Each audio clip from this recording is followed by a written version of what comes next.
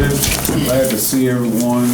Glad we're over our stomach things, feeling better. And we'll go ahead and get started. It should be this sign-in sheet should be circulating around the table. If it's not, pass it around, please. So we'll go ahead and call the meeting to order. And everyone have the agenda in front of them. All right. So may I have a motion to approve the agenda? Do we have anything we need to add? Or? Is there ability to add sort of a follow-up item? I want to bring back up the bylaws. Oh, yes. We're broken record, I'm sorry. No, we just, we forgot. So add bylaws. You might have to remind me of what it is in particular. Sure. Okay, so maybe we have a motion to approve the agenda with the addition of the bylaws. So moved. May I have a second? Thank you. All in favor? Aye. Any opposed? All right, we'll get right on to it. We'll get into our committee reporting after we've had our first committee meetings, and we'll start with the Racial Equity Committee. Mr. Johnson, please. Outstanding. Thank you very much. We had a really good first committee meeting last month on February 1st. The committee members and I, we discussed sort of an agenda of items that we'd like to share out. I wasn't able to figure out how to get to the Google link, but I sent a copy of our minutes to both Director Tiffany Brown and our chair, just so if you all want to see the minutes, hopefully they'll wind up there so you all can actually see more detailed accounting. But specifically, there were some items that we went through as some potential goals for our subcommittee for this year or possibly even the next 2 years because it was lengthy. Items in no particular order were we recommend working on conducting a comprehensive review of all of LFUCG's policies to make sure that they espouse and reflect racial equity. Given that's the sort of mandate of our overall whole commission, we want to make sure that the policies that are already in place are reflective of that, see if there's any need to add or change policies to make sure that they do reflect justice and equity, and maybe even recommend or propose some policy changes to the administration through this vehicle here. The second goal we suggested is to ensure that racial equity language is prominently displayed and woven into LFUCG's 5-year comprehensive plan, which we know that they're currently sort of building out now. This is a plan, that will sort of govern a lot of policies and spendings over the next several years, the next 5 years to be specific. And, words matter. If it's not intentionally put in there, we want to make sure that it stays front and center. Similarly, 2 years ago, my organization, we put a policy on where we stand around racial equity and justice on our website because we want to make sure that, again, we were very clear in articulating that. And I think that having that displayed in the 5-year plan is a good thing. So that's something that we're going to be looking at sort of hopefully through this body's assent, recommending to the administration, to the council. We also would like to see a recommendation come up from our committee through you all that all volunteers serving on commissions, boards, advisory bodies for LFUCG avail themselves of diversity, equity, inclusion, and belonging training. So we know that that's a requirement for staff of LFUCG, but not necessarily folks serving on any number of commissions and bodies that this city employs through volunteerism. We think that that's important, to make that happen. In fact, one of our commission members, Whitaker, expressed that perhaps we explore having that groundwater training as an option incorporated into the DEIB training. We also are going to consider this next year sort of the recommendation to potentially establish a permanent racial equity office or department within LFUCG. We're going to talk more about that, but to make sure that the work of this body, the temporary body that existed in 2020, and just the work going forward, survives this administration. It's great that this is a new sort of commission that has been set up through Mayor Gorton, and we know that it's been quite some time since the commission has been stood up. We want to make sure that any work that we do it's not just subject to the administration that it happens to be in office at the time, and that a permanent office is set up, and not only just an office, but an office that has some oversight ability to look into departments to make sure that they are indeed following and espousing equity throughout city government. A place that will be staffed with full-time employees besides the one able person that we have here, entrusted, like I said, with formal oversight authority to make sure that policies are in place and that their implementation are set thus far. So I just one or two more recommendations. We also recommended officially amending the name of our commission. And this is something that I think that this is low-hanging fruit that we'd like to see done, actually have some conversation sooner than later. Now, our name is the Racial Justice and Equality Commission. And as I mentioned a few moments ago, words matter. And, equality is providing individuals or groups with the same resources.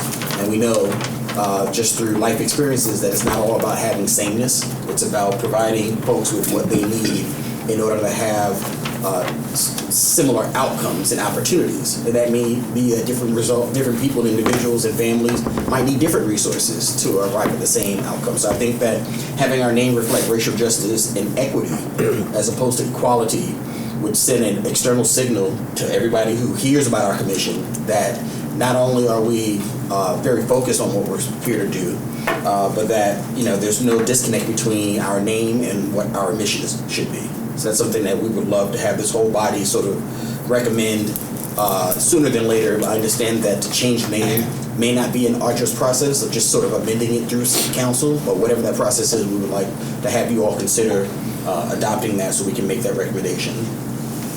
And then lastly, having the commission ultimately, and this is some work that we'll do in the coming months, but have this commission potentially recommend the creation of an equity report for the city of Lexington. A report that will grade racial equity in a variety of categories across the city. This information will identify ways that the city can strengthen community relationships and minimize disparities wherever possible. This will give our commission knowledge of Lexington's racial disparity issues and allowing it to begin plans around this body to create plans around our implementation in areas that we need to sort of dig into. And I know already that Director Brown has began spearheading some efforts to look at some other reports in other cities that could be sort of a good guide or example for what we'd like to have here. And one of the things I'd like this body to recommend sooner than later is just asking the whole commission to formally recommend that we really look in this and support her efforts in sort of, studying, bringing an actual racial equity report to the city of Lexington. The other details you all can find in our minutes. That's all I have. But we would like sort of the recommendation to support Director Brown as well as examining our name and having that name changed to equity be something that this body considers within our next meeting or so to move forward with. That's all that we have to share. We also wanted to give you all an opportunity to, if you have feedback on any of the goals that we added, if you think any or you have a strong reaction to negatively, we'd be happy to discuss it. If there's something that we glaringly missed out on, we'd be happy to hear that as well. But we wanted you all to give your feedback and thoughts on those goals that we've set for ourselves. Any questions for Mr. Johnson or his committee?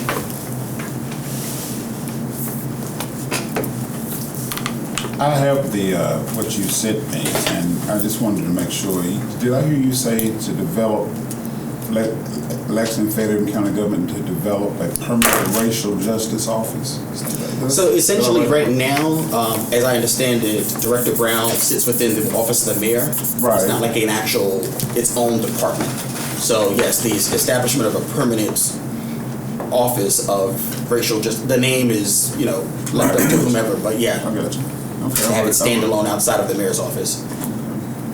So you're asking us to those are the two recommendations that you'd like for us to at least make a decision on as far as recommended beyond this group. So the two immediate one is the name change and from equality to equity.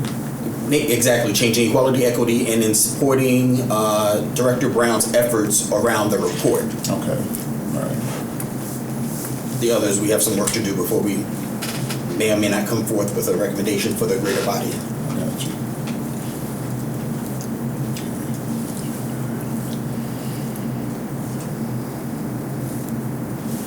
All right, no questions. All right, we'll move on to law enforcement, justice, and accountability. Mr. Wells, please. Yes, Mr. Chair. Attendees-wise, it was, of course, Ms. Serenity Wright, Mr. Whitaker, myself, the chair, Kennedy Wells, and Ms. Tiffany Brown, representing LFUCG in the mayor's office. First order of business was to establish a purpose statement, and basically we just took the purpose statement that was on page 45 of the original full RJEC report, and we're going to carry that over to the current LEJA committee. That purpose statement is systems, not people, improvement, not punishment. From there, we basically moving into a recap of the progress reports, and specific to progress reports, obviously related to the Law Enforcement, Justice, and Accountability Committee, the original committee. It was noted that in the December 2020 progress report, the 6-month progress report, and the 18-month progress report, that there was no documented progress related to the recommendations coming from the original committee. Those recommendations were number 2, number 14, and numbers 17 through 25. Believe me, I'm not going to go into all those in this report for obvious reasons. Initial areas of focus, I made some recommendations as the chair and opened it up for further discussion as well. Those 2 recommendations were number 1, violent crime, group violence, parenthetically gun violence, and then number 2, the flock safety program. Additional discussion led us to community relations as it relates to the Lexington Police Department, specifically quote-unquote PR when it comes to community outreach. So that will, of course, become an area of focus for the committee as well. Just being specific, there was 1 public comment, and basically that was just a representative of local direct action organization BUILD that was actually on the call as an observer. As far as next steps, next meeting, of course, is scheduled for Thursday, April the 6th at 3:30 p.m. via Zoom. We are in dialogue with former committee vice chairs, retired Judge Jennifer Kaufman and Mr. David Kozar. I want to thank Ms. Brown for her help in facilitating contact with those 2 individuals, but we're in contact with them about engaging with the current committee to help advance our work. Mr. Kozar is scheduled to attend the next committee meeting on April the 6th. Judge Kaufman has a commitment that will prevent her from attending the Zoom on April 6th, but we are working now to schedule a meeting this month to get more in-depth perspective on the original report and the progress or lack of progress from both of them, as I mentioned earlier about the recommendations that seem to have no progress associated with them. That's the report of the LGEEA committee. And which were the 2 that you said no progress? The recommendations listed, number 2, number 14, numbers 17 through 25. Okay. And as Mr. Johnson indicated in his report, there are some additional comments or responses to what we brought up about the recap in the digital minutes, which is the recording of the meeting. So you can reference that for more detailed information, and believe me, those will be top items for us to discuss in our next meeting. Very good. Questions? Can I add for the record, in our meeting, some of those recommendations, there was clarification given to why there was no progress on those recommendations. So I just want to add that to the record. Some of them, we would have to change Kentucky statute in order to move forward with those. So I don't want it to seem like there's not been any. So just for the record, that we have that, there have been comments and updates regarding why certain things can't be implemented.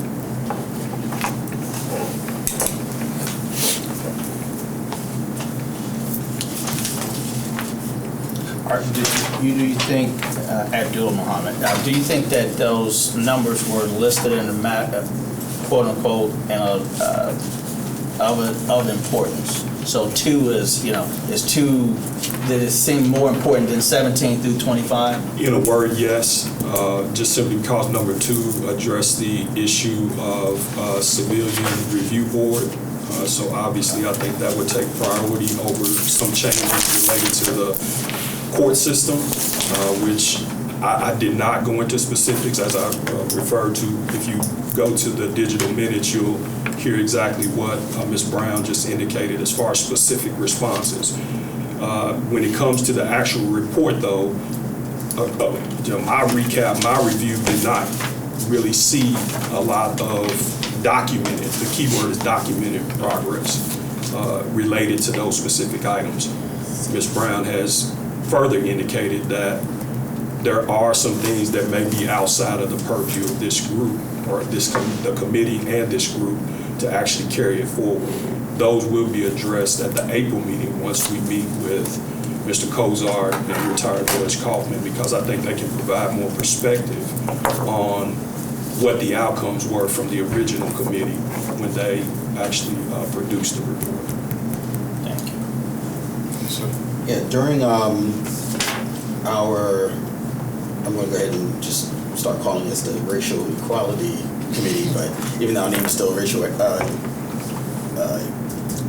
Equity versus Equality, it came up that one of the things that we may like to do is ask the Lexington Police Department to create some sort of hybrid public forum to promote transparency. And during that conversation, it was raised that your group may at some point in the future sort of look at creating events, so we didn't want to step on each other. So to the extent that there's an opportunity for us to collaborate around something like that, I just wanted to raise that point, that we thought that it would be a good idea to create something that would allow folks to both in person and, via Zoom or some electronic medium, interact with Lexington Police Department on a periodic basis, just to allow that conversation and communication to sort of grow, which will hopefully lead to increased trust on both sides. So if you could keep us in the loop and let us know how we can support your group, even if it's just us endorsing or recommending something or formally partnering with you all, we're open to doing that. In a word, agreed, and I think that was the point of bringing our committee reports together so that we can bring them to the full commission and also have the input of the chair, Mr. Mutes, to I guess bridge some of those gaps where we sort of intersect in terms of committee or agenda items. So as it stands right now, there is no formalized, that you know of, I asked Ms. Brown, that you know of, formalized community type forums from the police department? Outside of the neighborhood engagement officers, I don't know of any forums. Okay. Outside of what Divine Kalama does for the various sections of the city. Well, Divine is not. Well, I know he's not. Public safety. Well, I know. I guess I shouldn't include him, but I mean something like that, I guess. Yeah, I think. So there are community liaison officers who attend all of the neighborhood meetings, and I think that's what she's referencing. There are officers who go to places where community are in theory invited to gather, and that should be their space because that is instigated by them. So there are community resource officers, community liaison officers who go to all of those meetings. I think that's what she's referring to. Outside of that, there is not an ongoing regular forum. Yeah.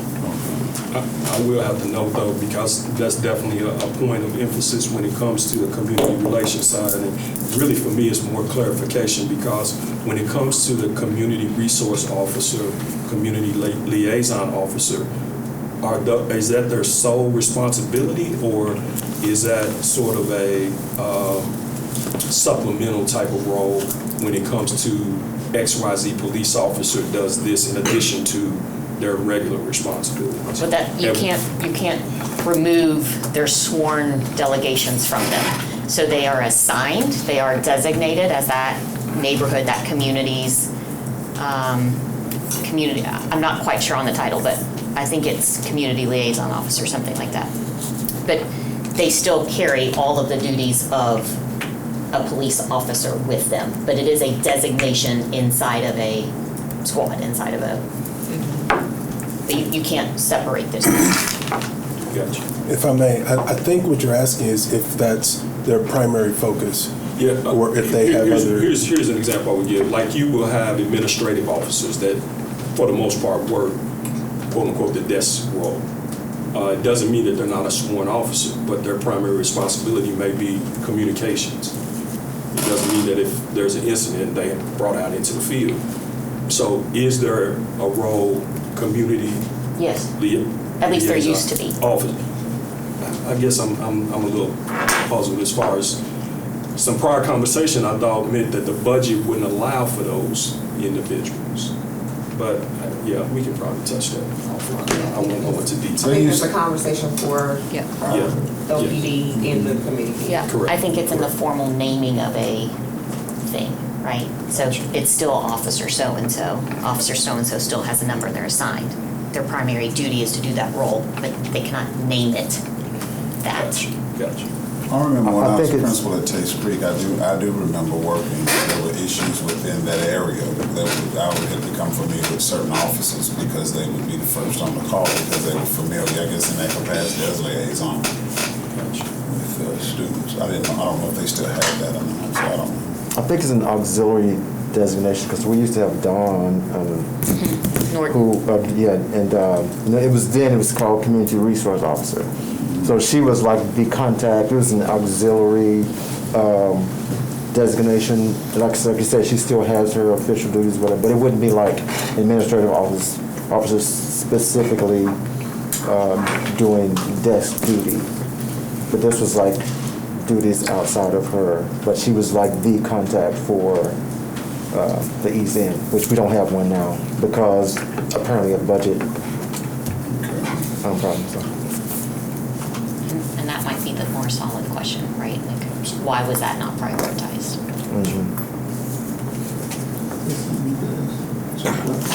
Yeah, that's what I'm saying. I think this is a conversation to put in committee for the LEGA committee.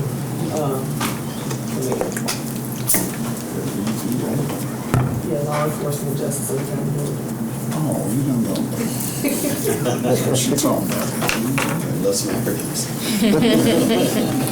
You should be used to that, Chair Muse. You came out of public schools. That's right. You got alphabet soup for everything. That's right. But I'm 6 years removed, so I left Well that taken. back. I left that back. Yes, good question. Anything else for the law enforcement, justice, and accountability? All right, we'll move on now to Mr. Castro with education and economic opportunities. Thank you very much. We had the great opportunity to meet on February 1st through Zoom, and part of the meeting was focused on a partial report that was brought up where we had identified that definitely our minorities are not ready to school, whether be it from middle school to high school to high school to college. There has been great efforts. One of the recommendations that was presented to the mayor was the after-school program. The after-school program has continued to grow. As we were meeting, I think it was in the same meeting, somebody sent us a link to Fayette County Public Schools. That day or the day after, they launched a mobile classroom. So it is in the radar of both Fayette County Public Schools and the city that early childhood education is key to the continuation of education. When I look at EKU, our numbers in minorities in graduation is much lower than the general population. They come to us, to EKU, unprepared. They don't have the basics that we need and the rigor of learning how, or being on their own, first of all, in a 4-year institution or something like that. So through the conversation, we had great input on both after-school program, what the city's doing. I was supposed to follow up, and I apologize I didn't, but we need a meeting with our superintendent of Fayette County Public Schools. But like I said, immediately after the meeting, and I think either on that meeting or the next day, they announced the launch of the mobile classroom. It's brand new. We cannot say what the impact of that is going to be, but the people I talked to at EKU indicate that just closing their eyes and looking at what they've done is going to be important, is going to make a difference. Because I think the key in education is we need to engage our minority populations early. Unfortunately, our minorities population don't have access to after school. I asked my wife, how did we make it with our kids, being her a physician and being me a business owner? And she said Fayette County Public School had a fantastic after school program, but you have to pay for it. So it's out of the reach of those populations that actually need it. So we're hoping to meet on April 5th. It is scheduled for our next meeting, where we would probably massage a little bit of the recommendations that we read. I did a little bit of research, and the National Education Association, part of their website, writes, public schools are the cornerstones of our communities. And our communities make great public schools happen.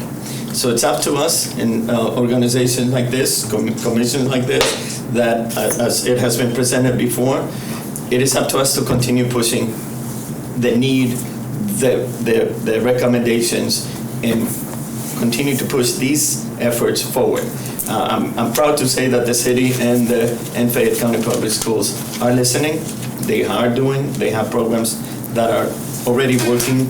We still need to look a little bit deeper and see what's going on within those organizations. Yes, ma'am. Can I ask a clarifying data point question? The piece about payment for the after-school program, there used to be scholarship funding for that? Families could apply for scholarship funding? I think there still are.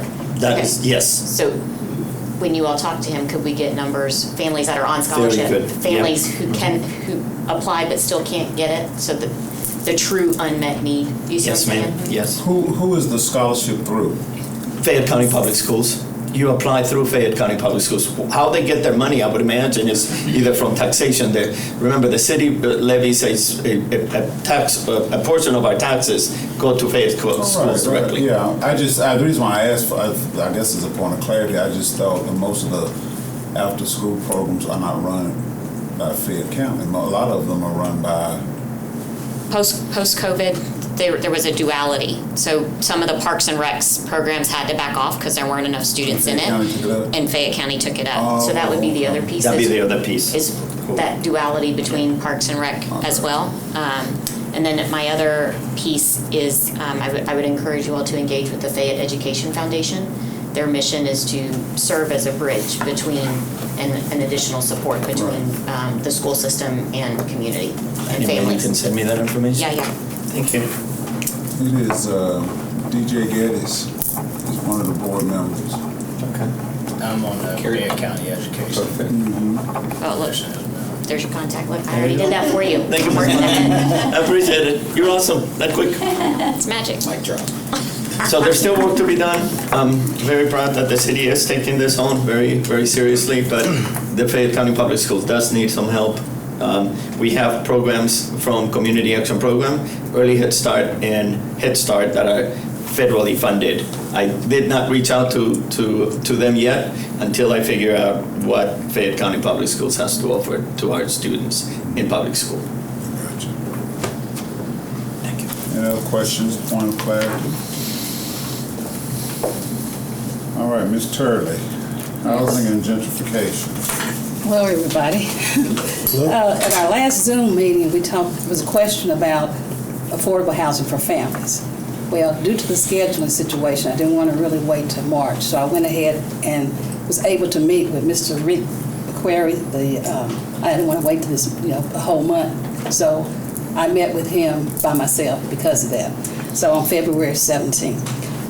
He gave me some information because the question we were concerned about, why isn't there affordable housing for families? All the units have been built lately have been for senior citizens.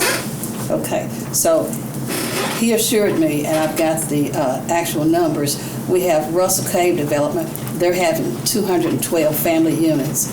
Georgetown, at Kearney Creek, they're going to have 252 units for families. The Newtown Pike that you see when you go down Newtown Pike, that's going to be for families, 202 units for families. Then I think it's Citation, Greendale, they'll have 144 family units for housing.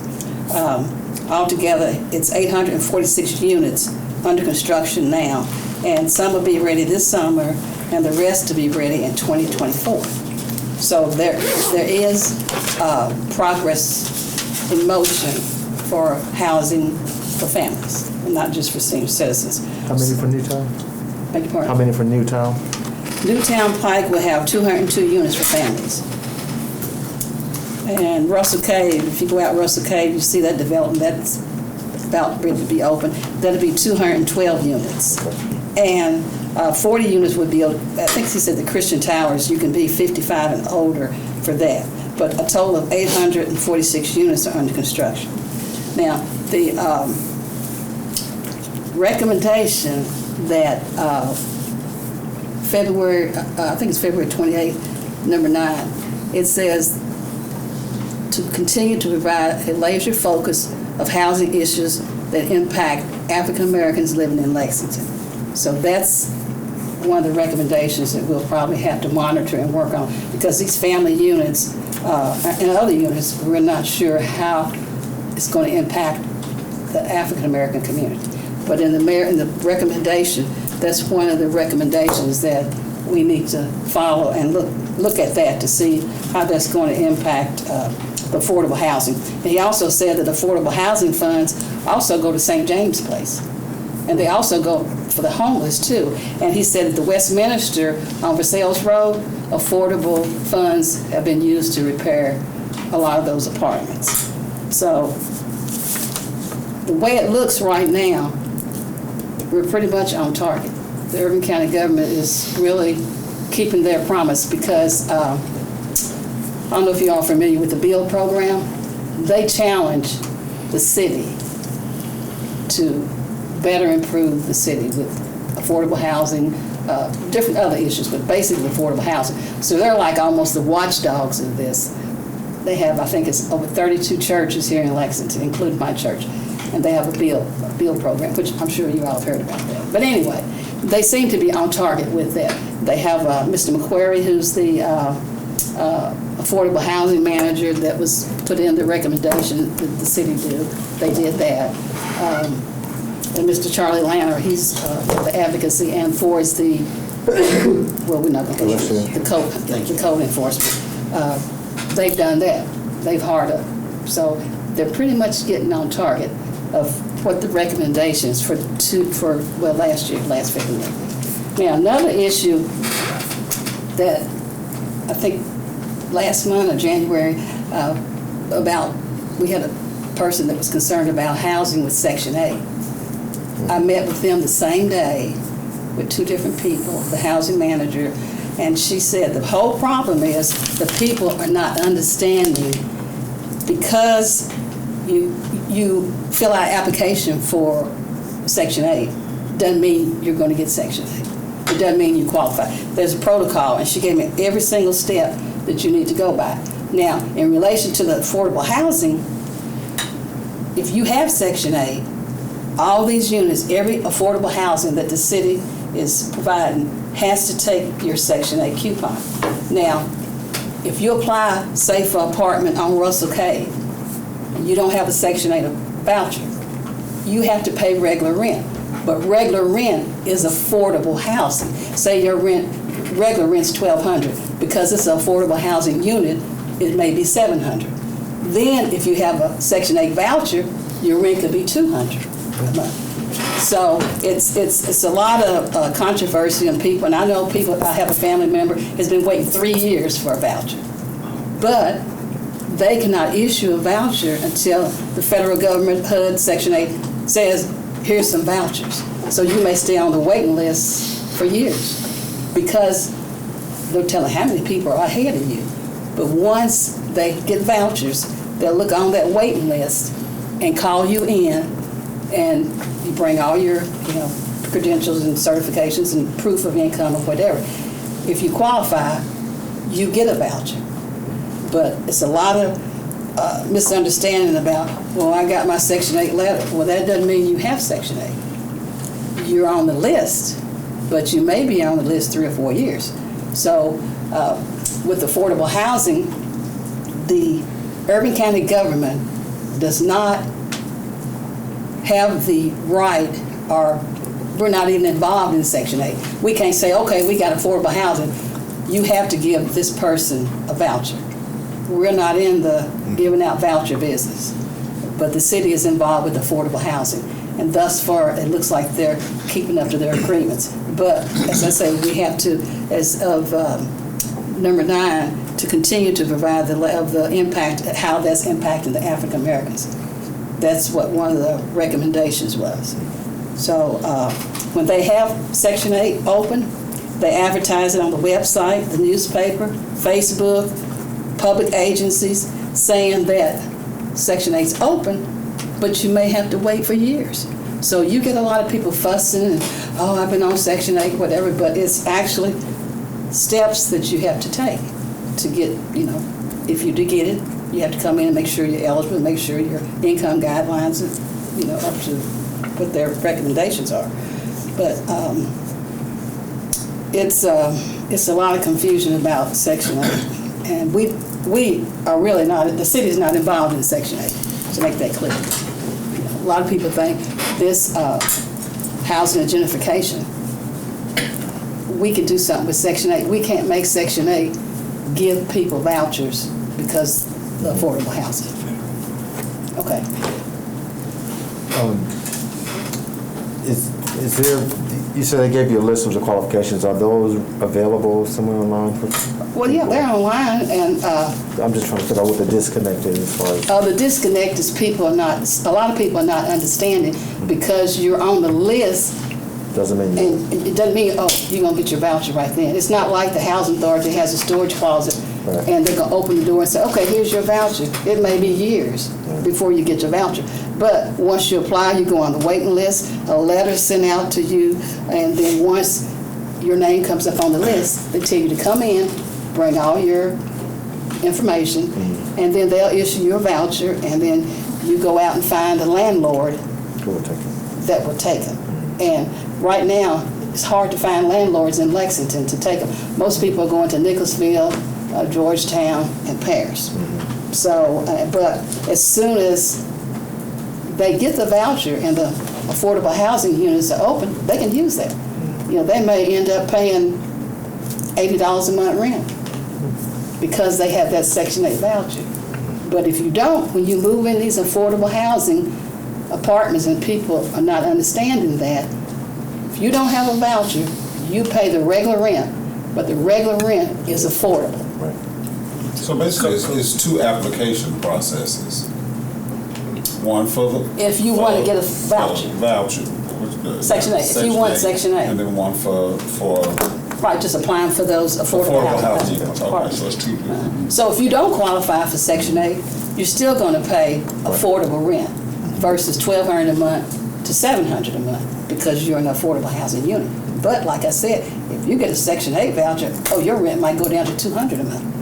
But the city does not have anything to do with you getting a Section 8 voucher. I'm sorry. Yeah, ask questions. I have a couple more. I'm sorry. And 2 more questions. So on affordable housing, did they determine it by a percentage of income or something like that? And then the last question. There are income guidelines. Okay.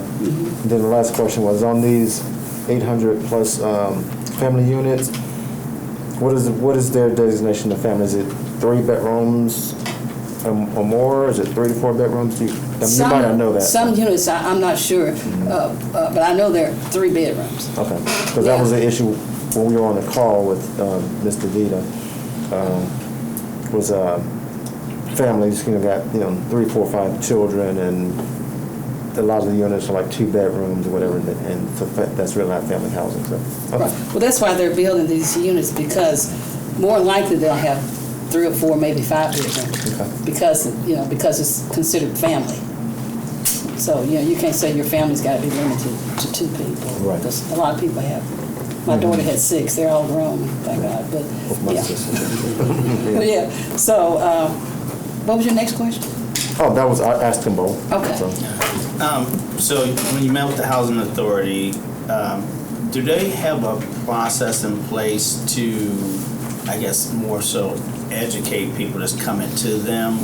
So, oftentimes information is put out online, and we, as humans, we don't read everything. That's just experience. So I'm just wondering, do they have a process in place so when people come to them that hey, you want to apply for this, you need to also sign up for this so you can get clarity around that process, right? And not expecting them, just go online and read that, Right. because you can put information out all day long. And most people will not, the patience there, right? It's just life is happening. Right. So. As far as I know, they do, because several people have went there and said that they don't have the computer, they're not computer savvy, and help them. So they do have a process. And she said, we explain this to people, the process, but a lot of times it just doesn't register. It's because when you get that letter from Section 8, I've got, they're not giving me my voucher, whatever, but it's a process you have to go through. So a lot of people may need to be re-educated on the process. Yeah, you wait 2 or 3 years and you get something, then you think you're up, but you're just in line. You're in line. And it may be 5,000, 6,000 people here in Lexington waiting for Section 8. Right. Okay.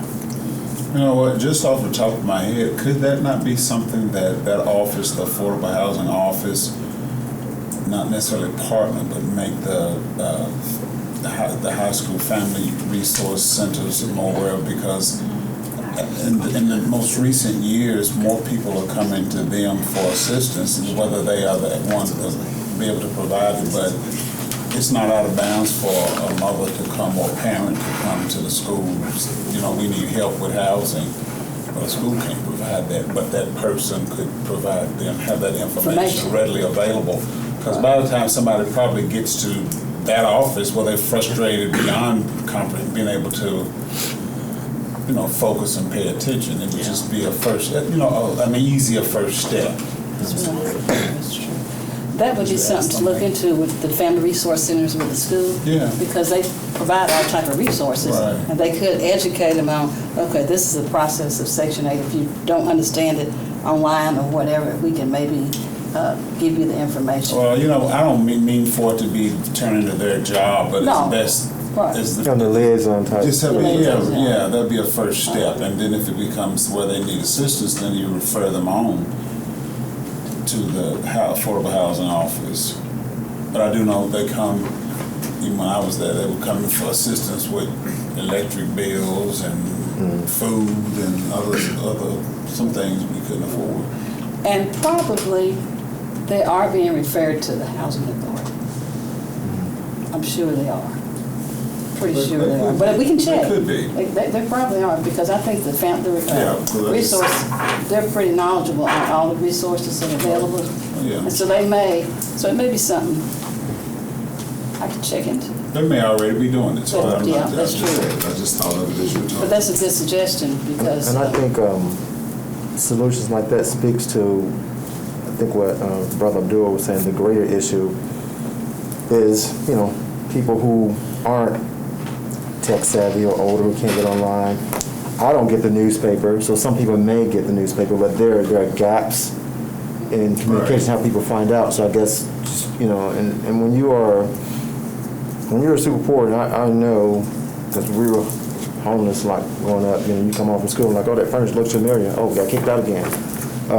So it's a real thing. You just don't have time to to go to the library, or you don't get the newspaper because you can't afford it. So try to figure out ways to fill in those gaps so that the information is being disseminated, because like I said, there's already a long waiting list on a lot of stuff anyway, number one. So then by the time they do get it, it's going to be a more frustration. Right. Like he was saying, you know, by the time you get to the office or I'm whatever. just thinking in terms of ease of access. Well, she did say that they distributed to the public agencies, some different public agencies, say like the food stamp office or somewhere like that. They just don't advertise just on the website Yeah. or the newspaper or Facebook. But maybe those agencies aren't really communicating that, you know. And I think the neighborhood associations are another great place too. Yeah, but it's just a big misunderstanding with Section 8. And then people are asking that, does affordable housing have anything? That, in other words, could we pull some strings? No, Yeah. the city's not into. Because you don't have to have issuing Section 8 vouchers. to get affordable housing. Right, you don't have to have, right, it's exactly as well put, yeah. You don't have to have that. Any more questions? Sounds like a lot of work's been done. So, Ms. Brown, you're gonna set it up on our rotation with the Zoom meetings again, like you did last time, you and... It's already, Oh, it's already done, you already moved, oh, okay, repairing, okay. I just, well, I have to ask, closed mouth don't get fed. All right. Sorry for my technical difficulties last time. I bought me a new Apple iPad, and I got a new phone. So now Are you ready? I'm ready. I have Mr. Johnson. Mr. Wells, will you share your notes? I can't. And will you do the same? And who else was there? And Mr. Castro, will you share your notes so we can have them, please? Thank you, sir. Thank you all. I'm assuming you want that digital? If you have it typed up already, do you? I'll type mine up. I will. Oh, no, I was just saying digitally, yeah. I got if some you- notes on that. Yeah, just digitally, whatever you have. If you send it to me when you get a chance. Send it to you, you can send it Please, to and me. I'm gonna send it out to everyone. Okay, good, okay. So we all have the same thing for purposes of transparency. Ms. Brown, you put on here introduce items for review and recommendation. I think we have those as we're going. Right now, we want to consider for our next meeting, for the Racial Justice Committee, the name change from, or the word change from equality to equity. And those were your two, and then the second key item was the support of Ms. Brown and her efforts to have a citywide equity report. Correct. Did I say that? Report. Those are the two for right now. Right now. And that's from Racial Justice, I have that. Now help me, law enforcement. Well, they're upcoming, no upcoming right now, okay. Education and economic opportunities. There were none right now, right? And for housing. There were no, Well, was it one? the I wrote recommendation, down number 9. number 9 on this, where we got the recommendations, February 28, 22, it says to continue to provide a laser focus of housing that impact African Americans living in Lexington. So that's going to be a recommendation of how we're going to monitor that, or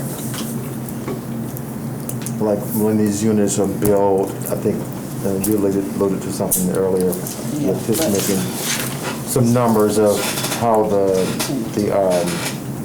housing is ratio. netted out, yeah, to the different, the racial communities or poor or whatever, you know. Basically, you're saying to see how many African Americans are Yeah, you give it out utilizing Henry units affordable and housing, only or just in general. 30 get them, you know, it's like, yeah. Right. I think this will be, first those units need to be developed, or as they start being rented. That's just going to be an ongoing. Some of them are already Already? starting to take applications. I think one of them is already open. It would be interesting to know what the selection criteria is, and that's probably already been decided. How do Okay. they make the decisions when they receive the applications? Of who gets- What process will they use to decide who gets the unit? Okay. Based That on could the be- income.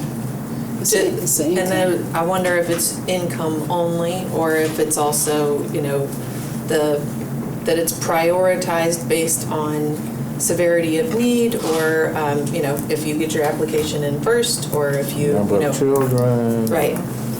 So And if there's can we ask a for- race component involved. How about we just ask for the their criteria as well as the application?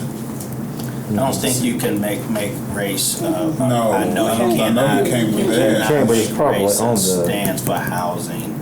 I think it's gonna be That's needs not- based, isn't it? It's got to be based on income, Yeah. and it could be possibly.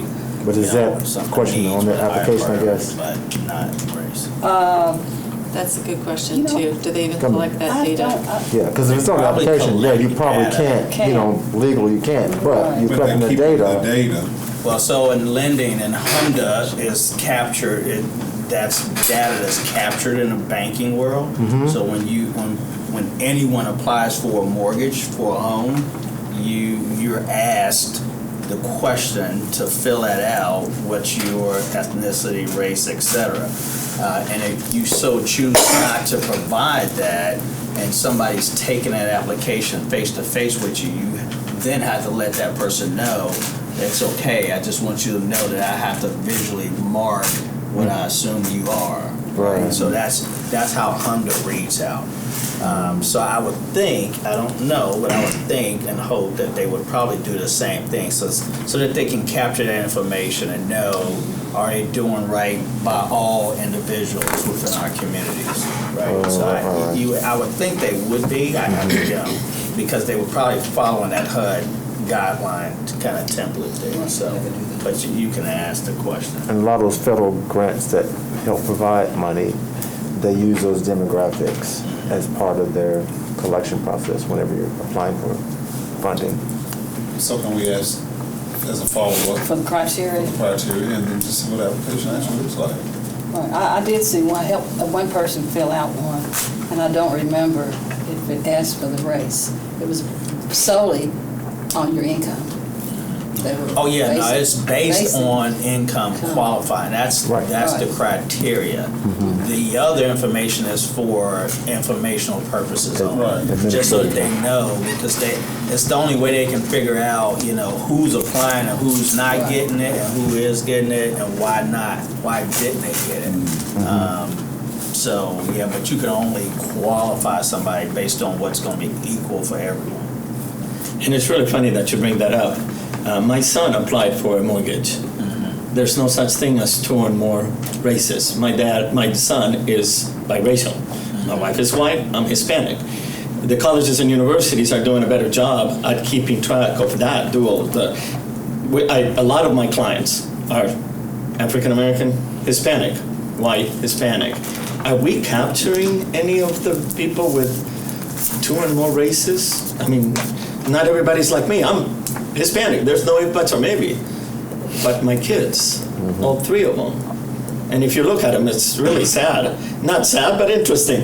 My son is white, 6'3", 300 pounds, huge. The German side of my my last one cannot be anything but Hispanic. And my middle one is in between. So are we keeping track? I mean, are we supposed to also be looking at two and more races? Our society is getting so well linked that we may need to start just not identifying as African American, Hispanic, but also two and more races. Well, so that was recently updated, so that now you can check off the box on what you identify with more than once. So that was a recent update to that. So you might say African American and Indian, right? Because of that situation, or Hispanic and white. All Hispanics, you might be Hispanic and white or Hispanic and black. Yes. Right? Because that could happen. So yeah, that was a recent update with that. And it's really funny. My son, last name Castro, but he doesn't look Hispanic at all. Right. So,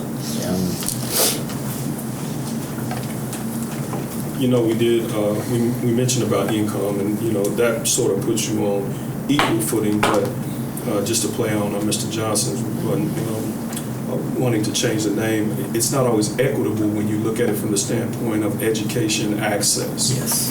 So the race component does factor in, even if it's implicitly, because from what I'm hearing, there could be a disconnect between those from marginalized communities having access and education to be able to get to the affordable housing, while the non-marginalized group may have a more robust system that allows them to get to the affordable housing. So I think it's important to balance that scale and not take race out of it, as you alluded to, because race is a component, even if it's implicitly, when it comes to access. And I would add to that too, to say, as far as the recommendation of a laser focus of what's happening, whether or not they can prioritize based on race, we can watch about, are there differences in the applications versus approvals that we should shine a light on? You know, just that kind of thing about request versus granted.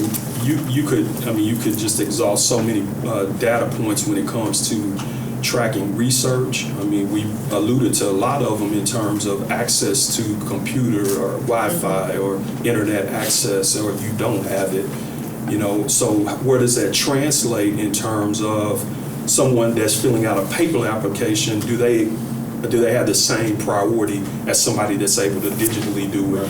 Right, that's what I wonder about. Is that in their speed. profile? Yeah. As far as filling up these 800-some units? Because yes, it should be equitable in terms of 846 units. If marginalized group is getting 20% of the units, and yeah, I mean, Because I can it's something to imagine, note as far as the record. I can imagine a situation where a paper application would take longer to process. Exactly. And could be a, disadvantaged. And That's why I are they wonder. even making those accommodations? I mean, Is somebody there- may not be able to even get to the office. Do they have a system where it can be mailed to them? Or, I mean, once again, you could just exhaust so many different things. They do have paper applications. But I'm just saying, What is the preferred application though? Online? the paper application may take Online. longer to. The preferred is online, Yeah. but they all have, I talked to several of the places that are getting ready to open, some are open, that they do have paper applications. And this is where what I hope we find when we look at their selection criteria, it's not just speed. That it's also that there's something about severity of need, or, that I understand that there are qualifications, but then how do you prioritize within the entire pool that meet the qualifications about who actually gets the keys? And speed to a completed application or processed application might create disparities. So there may be an opportunity to engage your community, each community, to get people prepared, right? Because giving you a scenario, like when you go to a bank to get a loan, they're required to, once they get a completed application, they got 30 days to say yes or no, period. Right? So if you don't have all your stuff in, it's going to be a no, because 30 days is ticking and there's penalties behind that. So it may be an opportunity that, an organization can get out into the community, the neighborhood associations, and start educating people up on if there's a timeline to when people fill out those applications. We don't know that now, but if say they use that 30-day timeline, you need to come in with a complete application, because you can't go in and fill out an application and then piecemeal stuff in and hand the last piece in on day 29, because they have to hit yes or no on 30, and it's going to take them 48 hours to even look at it. Right? So it's that kind of stuff that might be an opportunity, but it's going to take kind of figuring out what their timeline looks like. Once they get a full application, and that's whether it's paper or electronic. 30 days is 30 days. Once they get that. So, but getting that type of data probably would help us, and then kind of figuring out too what standards are they being held to figure out. Again, here's who apply, because again, when you fill out, it's public information. You can find out how many people filled out an application in the city of Lexington right this minute last year. Black, white, how many got approved, how many got denied. All that's public information. Now, you got to go searching for it, right? But it's out there and it's accessible. They may be doing the same thing there, but those are questions that we can ask, and then that's where that accountability piece comes in. Well, and I want to amplify too, what you're saying is when we know what their process is, we might not be able to change their process, but what we could do is make recommendations where there is already trust in the community to say, hey, here are some flyers that you can use to help get information that people need. Yeah, to be better prepared to get it and raise their chances of getting those. And regardless of what the deadline window is, like you're saying, if there's some preparation on the front end, then people know I will need these, this, and this, so they can start gathering that before they apply, so it doesn't end up being, like you said, piecemealing one by one and gets lost. And then, amplifying what you were saying, the reason for what are the qualifications, because if you get 5 people, similar income, what's the next thing that determines, who has priority? So I'm sure it's probably more than just income. So just a quick question where I didn't understand. Does each affordable housing project have their own, They have their own managers. have their own management system? So it's all done individually. Right. Does the housing authority They don't have anything to do with it. nothing to do with it? So see, what we're really talking about here, this is just amazing to me. That what we're talking about is people who have legitimate need. It's because the resources aren't there. So we have limited resources, we have a great need, and so we have to set up systems to hopefully do it as fair as possible, but probably 99% of the people need the housing, right? So you need to tell me that each of these developments has their own rule? They're still privately owned. Yeah, they're still privately owned. So is it one application or The city just multiple? provided the money. So is, That's a great question. Do you Yeah, fill that out is a one good application and you're applying for all units, or No. do you apply? Okay. each place? Each place. So where's the oversight? AU, matter of fact, they have a couple of them, AU Associates, and they have a little stricter rules. I've already talked to them several times, and they actually have a lot of say-so in their units. So it might be interesting that in one way, we could use our microphone to say what's not going on well, but it also might be a good motivator to highlight bright spots and make a big deal about somebody who's doing this in a way that should be celebrated. Yeah. So we could maybe look at some good examples and put some kind of pressure on other folks to do well. Yeah, you should always edify what you expect. And just highlighting, like, you can make great choices. It's possible. So there's no, the city provided the funding, but there's no oversight as far as the application process, or? I think this conversation, so we're getting really, really detailed. I think it would be best in the Housing and Gentrification Committee. Okay. Well, Those are questions that I don't have answers to. No, I'm on the committee, I don't I'm taking know what notes those- about it, so we'll take it there. And we can bring in folks who are experts that would have that information. Appreciate that. It gets exciting, you know, you get swept up. It'll be on our schedule for the next committee. I'll share it with you. All right. So we have those 2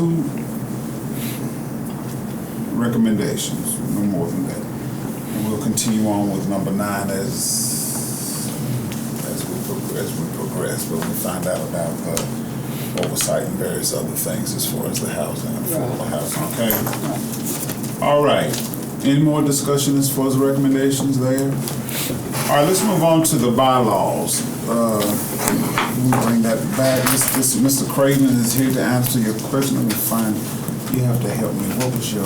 Bylaws? Did you see bylaws? No, what was it? No, I'm kidding. No, and I didn't bring my documents today, but what I wanted to raise up again was in November we did some workshopping in here around, you asked us all in advance of the November meeting to send in possible edits and suggested modifications. Okay, you're right. We talked about it during the meeting here for ratification in December. I wasn't here in December, I had a work meeting, but when I got back, I saw that something was passed, and the Right. version of the bylaws that was sent out that we looked at in January did not incorporate a lot of the changes that we workshopped and submitted in November. So I just wanted to know, was that a conscious effort to sort of set those aside? And based on the folks in the room, it didn't seem that way. So it might have been sort of a version issue, version control or something. So I was told that we were going to research that, look at what happened, and then come back, and that was in January. So now I'm just following up. I think I remember some of the points that you were making were the minimum number of folks on subcommittee or committees. Yeah, there were a couple of suggesting that there Pass, wasn't. pass this down to him, please, to see. This is what was And approved. then adding, I remember Mr. Cravens went through all of the suggestions. And So without my notes that showed the things that Oh. we suggested in November, I can't compare it, but when I was here in January, I had both Oh. what we talked about versus what was shared out in email. And to your point, some of those things weren't in there. So it might have just been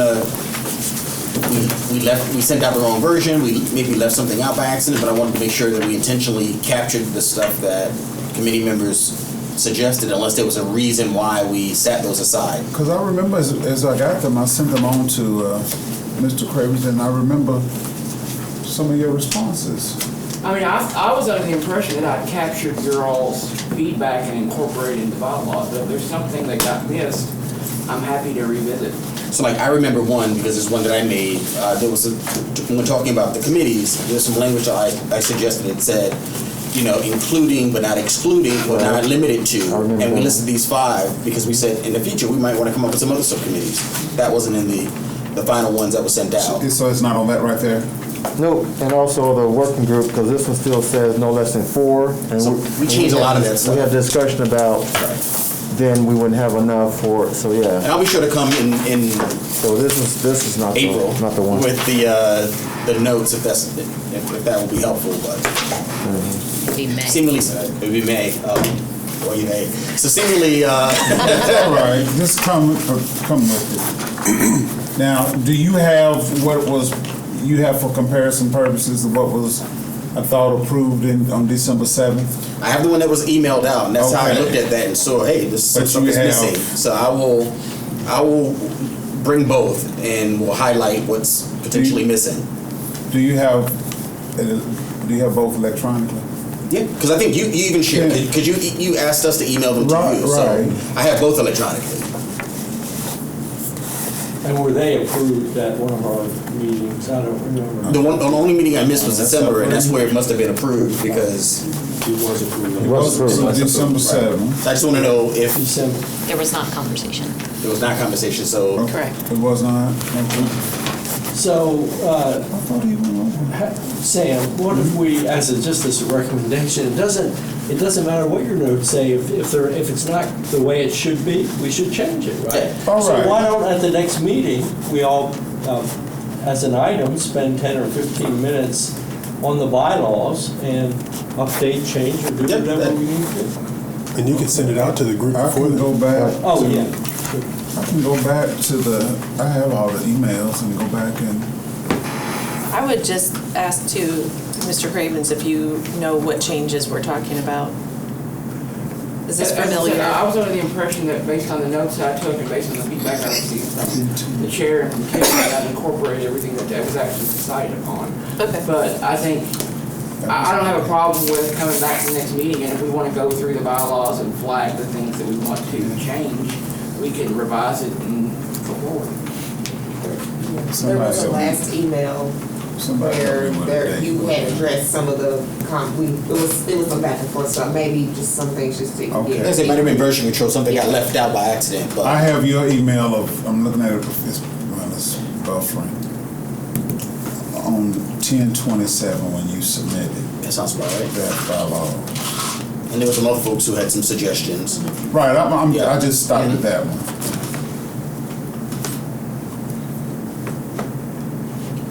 I'll wait till I get home, then I can. So can you resend that out to you too? again? Because I don't have the same email. Okay. Send me what you have. I will, and we'll send them out Sure. to everybody. And I will go through all the recommendations that were submitted. I think we started about in October. Yeah, And I will send them all to you. sounds good. I'll link them all if y'all want them too. Everybody Yeah. have them. Send them out, send them to everybody. Well, and if we're gonna revisit this, my suggestion would be, let's all before the next meeting review what got approved. And if there's anything else, let's do it all in one pass rather than. Right. So could So you we'll, send that to us? so we'll, Well, that's what I'm hearing. It sounds like we workshopped it in November, but if there was no conversation to It was formally just- approve or disapprove, we just took a vote. It sounds like the stuff in November was the stuff that should have been approved. Well, it was sent out beforehand. The bylaws that were sent out before, they were sent out with the agenda beforehand, before the meeting. And that was why, there was no Changes conversation. made. It was approved. So nobody caught the omission, so that's why it was just approved. Correct. That's what I get for taking a work trip. But also, thank you. Thank you. No worries. I thought they got approved. oh, they did get approved. We just didn't go in and check the document to make sure that all of the The edits correct were. document. All the edits. Right. Yeah. We agreed on the edits, Yeah. but then we. So it's not so much of a didn't look- changing, it's just that the things that we agreed on, we didn't catch, wasn't in that document that was approved. So could you please resend the approved bylaws to me? I will send it to the entire group. Yeah, we'll get it taken care of. I just want to make sure. I have, I will actually put them in the Google Drive. He said she's on And this. what I think would be more efficient would be if you all added comments to each section where that you have comments on. That way it's linear. I mean, it would be easier for me to track comments rather than get individual Emails. emails. Right, yeah, that's a good best That practice. works. Instead, can you link my new email to the, because the Google Drive, because I had it. I think you, Send it to me. Marshall. Oh, okay, much better. I just give my email. Sure. Right away. so do you all, It's wit.musician. I'm just curious, do you all keep your own emails? gmail.com. Say, for example, you made some recommendations, would you have that, would you still have that? Or if you did and I have it, would you want me to send it back to you? Thanks, man. I would think that maybe we could all watch for what we put forward. That might be the best way to make sure that it's all remembered. Is that what you're asking? No, I'm just asking you, do you still remember whatever? And if you don't, if I have the email, would you like me to loop it back to you? Understood. Would you? I mean, I like the idea of comments in the Google Drive, so then we don't lose. oh no, I'm not saying that maybe you've just forgotten, then you can put them in the Google Drive if you still want to do that. I'm just, You're just asking if we want it. Yeah, if it Just would be if helpful. you have it, so you can put it in. Sure. all right, so we'll know we have bylaws for May. And some of the formats, to keep the bylaws on. Oh my goodness. Getting old by the day.